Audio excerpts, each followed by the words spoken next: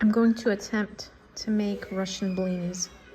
I've been watching Veba and the Siberian Village, and I was inspired to make these because of her. I don't think this is the right consistency. The color's not bad, but it's too thick.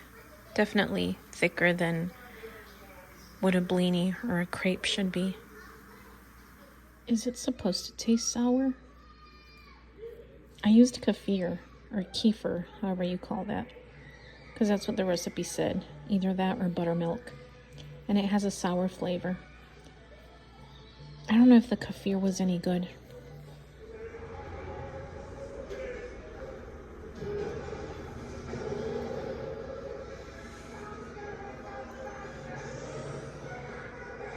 I was reading a few pages from Jamie Admon's Snowflakes at the Christmas Tree Farm, and it made reference to The Lorax by Dr. Seuss. It was specifically talking about the truffula trees. And I realized, well, that's not a realization. It's like I obviously knew. But I have never actually read The Lorax. I don't know, maybe I read it as a kid, but I really doubt it because I wasn't really into Dr. Seuss. So anyways, I thought, you know what, let me go ahead and read The Lorax. I mean, I knew sort of what it was about. I knew it had environmental themes. So yeah, I am reading The Lorax for the first time. And then this one. I'm honestly, the Giants in the Earth by O.E. Today is Thursday, December 4th, and the prompt for today is to sing a song before you read. Now, I'm not going to film myself singing, but what I am going to do is I'm going to post links. This is my brother's cat, and she is evil. She's mean. Her name's Lily. Anyway, I'm going to post links to 2 songs that I really love, 2 Christmas songs. And every year, back when I was still an elementary school teacher, I would try to teach my students these 2 songs. We would try to memorize them, and it never actually worked out that way because actually sometimes they would memorize the songs, but my plan was always to practice the songs daily until they memorized them and then have them sing the songs to the other 3rd grade classes, kind of like a little mini Christmas concert. That never worked out because we just always got too busy and there was never any time to do that. So my plans never worked out, but the kids really, really enjoyed these 2 songs, and they were songs that they normally had never heard before. So yeah, I'll link those 2 down below so that you can take a listen if you'd like and enjoy the 2 songs. Okay, now last night I started a book that is for, I think it's December 6th, which is to read, can you see that? Read a book with a movie adaptation. Now, I have always been meaning to read In God We Trust, All Others Pay Cash by Jean Shepherd. And you probably already know, or maybe not, that this book was adapted into what we know as A Christmas Story. And A Christmas Story is one of my all-time favorite, definitely top 3 Christmas movies. And so, yeah, I am finally getting around to reading it. And also, you may know, or you may not know, that I think, I could be wrong, but I'm pretty sure Jean Shepherd actually is, here she comes, Jean Shepherd is the narrator of A Christmas Story, the movie. He's the one who does the voiceover. Actually, I don't know if it's called a voiceover. The narration, I think. Again, I could be wrong. I'll check on that. Anyway, yeah, I'm going to read In God We Trust for a few minutes. I have my small town Christmas ambiance scene up to put me in the mood. Today would have been my dad's 94th birthday, so I'm remembering him by eating his favorite cookies, which were Nutter Butter. Today is December 5th, and I wanted to give a couple of reading updates. So first of all, The Snowman Killer. I did finish it last night, and I have a few thoughts. So as far as the audiobook narrator, I feel like I have done a lot of complaining, and I'm going to do a little bit more. So the narration got a little worse. There were 2 new characters introduced, and the voices that were chosen for the characters, they were very grating.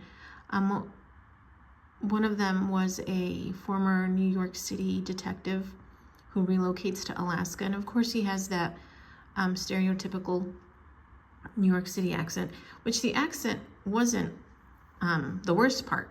The worst part was just the voice. And then another character was this sort of like lovable, bumbling, small town police. But the voice was, I can only describe it as evil gnome, which I didn't know what the voice actress was going for with that choice of voice, but it was really bad. However, towards the end of the book, we find this, or we learn about this psychopath, and the voice that was chosen for that character was actually really appropriate. So what I've decided is that this audiobook narrator makes a really good psychopath voice, but normal, regular voices just don't work for her. But overall, I feel like the narrator, the actress, had probably a lot of fun recording the audiobook, and I'm glad for her. I'm glad, because I think that does come through in the interpretation, in her interpretation. And overall, I mean, it wasn't a horrible book. It wasn't bad. The writing was mediocre at times, and like I said, the voices weren't my favorite. But overall, it was a pretty entertaining story. Not the best I've read, but also not the worst. And as far as my Goodreads rating, I can't decide whether this is going to be a 2-star book, which for me means it was okay, or if it's going to be a 3-star book, which means I liked it. It's somewhere in between. I don't know that it's not so bad that maybe it deserves a 2, but it's not so good that it has earned a 3. So somewhere in between, 2.5. So yeah, I don't know if I'll be continuing with the series. At this point, I don't think I am, but who knows? We'll see. And then I wanted to talk about In God We Trust by Jean Shepherd. So I have finished the first 2 chapters, and I was really surprised to read, like, the movie, the events of the movie. I would say about 70% of that is covered in chapter 2. I know chapter 3, or at least I think chapter 3, based on the title, is going to be about the secret decoder pin. But really, most of the movie has already been covered in book 2. And I know the book came before the movie. So the way I word that might have been a little awkward, but I think you know what I mean. So I'm curious about what the rest of the book is going to be about. I mean, I'm guessing that events that weren't covered in chapter 2 will be in the next few chapters, but that's going to be very little. So probably the rest of the book is going to be all new events that never made it into the movie. And I'm also wondering if the rest of the book is going to be Christmas related or not, winter related. Yeah, but anyways, I am enjoying the writing. The writing has a very nostalgic feel to it. Just like the movie, A Christmas Story, it has that very same feel. And then it takes place in the Midwest, in Indiana, in a small town. And so that has also, like, gives me nostalgia, since I was raised in a small town in Illinois. But yeah, hopefully I continue enjoying the book. I'm liking it so far. And yeah, that's it. I have not made any progress in Snowflakes at the Little Christmas Tree Farm. Well, actually, no, I have, but not much. And then Prairie Lotus by Linda Sue Park. This is a book that I have been wanting to read for a while, but I never could find it. And now that I have access to a couple more library catalogs, I was able to find it, and so I need to read it. And then Murder for Christmas. This one has a fairly long wait list. I mean, not long. I think 6 people are waiting for it. And I have, I think, 5 days left to read it, but I don't know which prompt I'm going to fit that into. It doesn't really fit any other prompts. And then this one, I have already renewed it. I have not even started it, but it's already been renewed. It's J.R.R. Tolkien's Letters from Father Christmas. That one I'm going to fit into the Read a Book About Santa Claus prompt. And I'm hoping to start this one today. These two, I'm not sure when I'm going to start. I'm going to make myself a cup of Earl Grey tea. I'm going to add a little bit of creamer to it, and then I'm going to put some jelly on my toast. So the prompt for today is to read a book about a nutcracker, and I believe I was going to read Christmas Ever After by Jamie Admons for that prompt, because there are nutcrackers involved in that story.